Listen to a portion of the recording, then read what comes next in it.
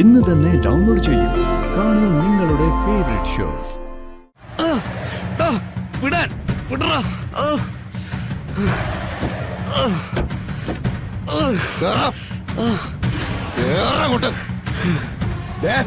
പൊക്കോണം, ഇല്ലെങ്കിൽ മുഖത്തിന്റെ ഷേപ്പ് ഞാൻ ഇന്നങ്ങ് പതിച്ചെടുക്കും. കേട്ടോ?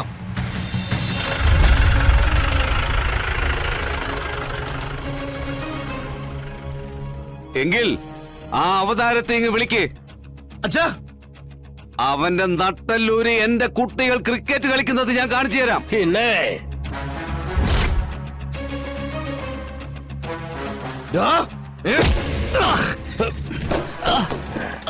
എന്റെ അച്ഛനെ നീ പന്നപ്പട്ടി!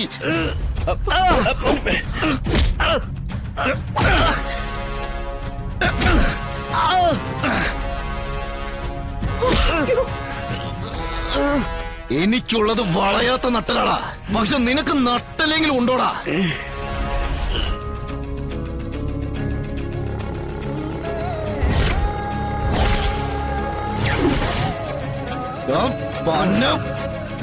എന്റെ ഒരു ഒറ്റ ഇടിക്കില്ല നീ.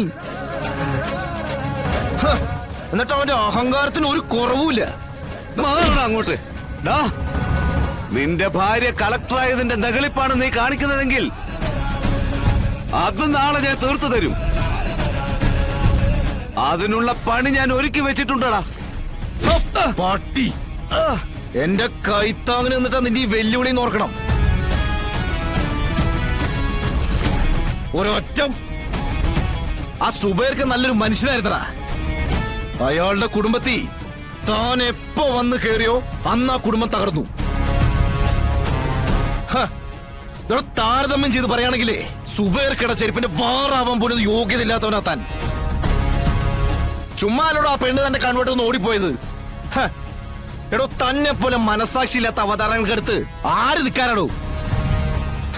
എനിക്കുണ്ടോ തന്റെ ഭാര്യ തന്നെ വിട്ടുപോകും. കാരണം അത്രയ്ക്ക് തരം താഴ്ന്ന സ്വഭാവമാണോ തന്റേത്.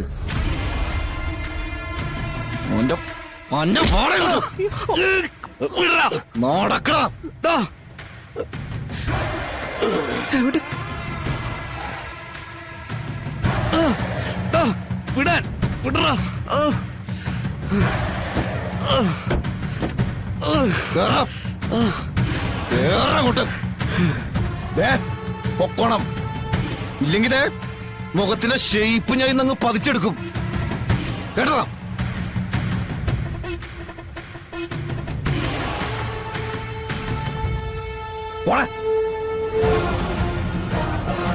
വേമ്പോടാ.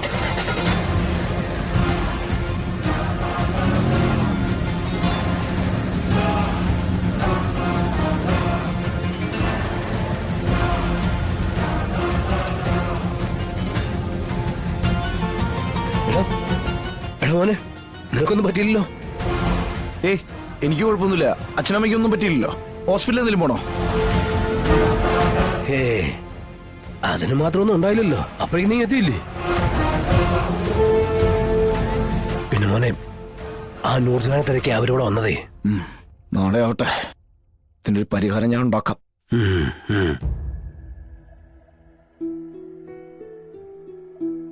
ഇന്ന് കുറെ സന്തോഷമല്ലേ, അതിനൊരു ചെറിയൊരു സങ്കടം ഉണ്ടായെന്നേ ഉള്ളൂ.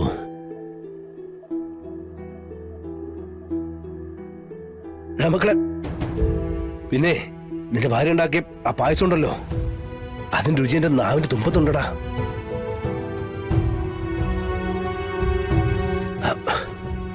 അതിപ്പോഴേ നിന്റെ അമ്മയുടെ നാവിൻ തുമ്പിലും ഉണ്ട്. അമ്മ കഴിച്ചോ? പിന്നെ കഴിക്കാതെ ഇപ്പൊ ചോദിക്കണ്ട. ചോദിച്ചാലേ അവളുടെ അഭിമാനം സമ്മതിക്കത്തില്ല. സത്യഭാമയല്ലേ? സത്യഭാമ. പക്ഷേ നിന്റെ കാര്യത്തിൽ യാതൊരു ഭാവവും ഇല്ലെന്ന് ഇന്നെനിക്ക് മനസ്സിലായി.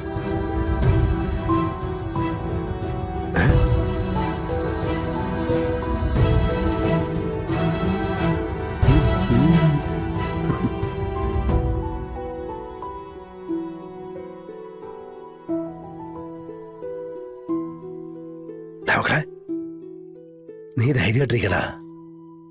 നിന്റെ അമ്മയുടെ സ്നേഹവും പ്രാർത്ഥനയും നിന്റെ കൂടെ ഉണ്ടോടാ. ആ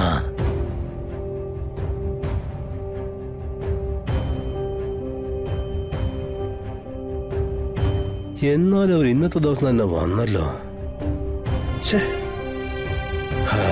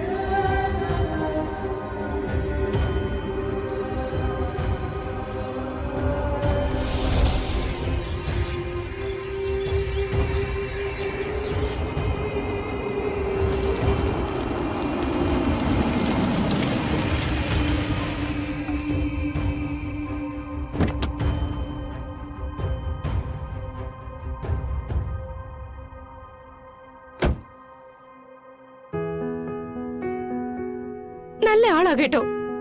ആ പറഞ്ഞോ. തന്റെ വഴക്ക് കേൾക്കാൻ വേണ്ടി തന്നെ വന്നാ. എന്നിട്ട് ഇപ്പൊ തന്നെ പോവല്ലേ? അത് ആലോചിക്കാം. എന്നാലും എന്നെ ഇവിടുന്ന് കൊണ്ടുപോകണമെന്ന് അനൂപിന് തോന്നുന്നില്ലല്ലോ. എന്താടോ ഇവിടെ വല്ല പ്രശ്നമുണ്ടോ? പ്രശ്നത്തിന്റെ കാര്യമല്ല. അനൂപിന് ചിലപ്പോ എന്നെ കാണാതിരിക്കാൻ പറ്റുമായിരിക്കും.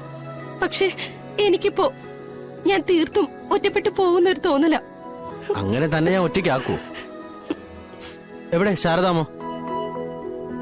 ആ, നിന്റെ ശബ്ദം ഞാൻ കേട്ടു. നീ വരുന്ന വഴിയാ? അതെ ശാരദാമേ. അത് ശരി. അനൂപിനെ കാണുന്നില്ലല്ലോ എന്നും പറഞ്ഞ് ഇവിടെ മുഴുവൻ നടന്നിട്ട് അവൻ വന്നപ്പോ മുഖത്തൊരു സന്തോഷമില്ലല്ലോ. ഇതെന്താ, വന്ന് ചിരിക്കാനും മറന്നുപോയോ? അതല്ല ശാരദാമേ, ഞാൻ വന്ന ഉടനെ തിരിച്ചു പോകുന്നുള്ള ടെൻഷനില്ല. ഓ, ആ ഇനി പോയാ 3-4 മാസം കഴിഞ്ഞല്ലേ വരാൻ പറ്റൂ. 3-4 മാസോ? അപ്പോഴേക്ക് എന്റെ മയ്യത്തായിരിക്കും കൊണ്ടുപോകാൻ പറ്റുന്നത്. അതെന്താ? അല്ല അതെന്താ ശാരദാമ്മ ഇവിടെ ഇങ്ങനെ പറയുന്നേ? പിന്നല്ലാതെ, ഒന്നുകിൽ എന്റെ മാമ തന്നെ എന്നെ പിടിച്ചോണ്ട് പോയി കൊല്ലും, അതല്ലെങ്കിൽ ടെൻഷൻ കയറി വല്ല അറ്റാക്കും എനിക്ക് വരും. അനൂപേ, എവിടേക്കാണെന്ന് വെച്ചാൽ ഞാൻ വരാം. എന്ത് കഷ്ടപ്പാട് വേണമെങ്കിലും ഞാൻ സഹിക്കാം. എന്നും കൂടെ കൊണ്ടുപോ. എന്റെ പൊന്നു വെച്ച നീ ചെന്ന് ബാഗ് എടുത്തോണ്ട് വാ. അവൻ വന്നിരിക്കുന്നത് നിന്നെ കൊണ്ടുപോവാനാ. ആണോ? എന്നെ നിങ്ങൾ രണ്ടുപേരും കൂടി പറ്റിക്കായിരുന്നല്ലേ? ഇവൻ എന്നെ അല്പം മുമ്പ് വിളിച്ചിട്ടുണ്ടായിരുന്നു. ഒരിടം വരെ നമുക്ക് പോകാം, അതുകൊണ്ട് ഒരുങ്ങി നിൽക്കാൻ പറഞ്ഞില്ലേ? അത് ദേ ഈ യാത്രയ്ക്ക് വേണ്ടിയിട്ടാ.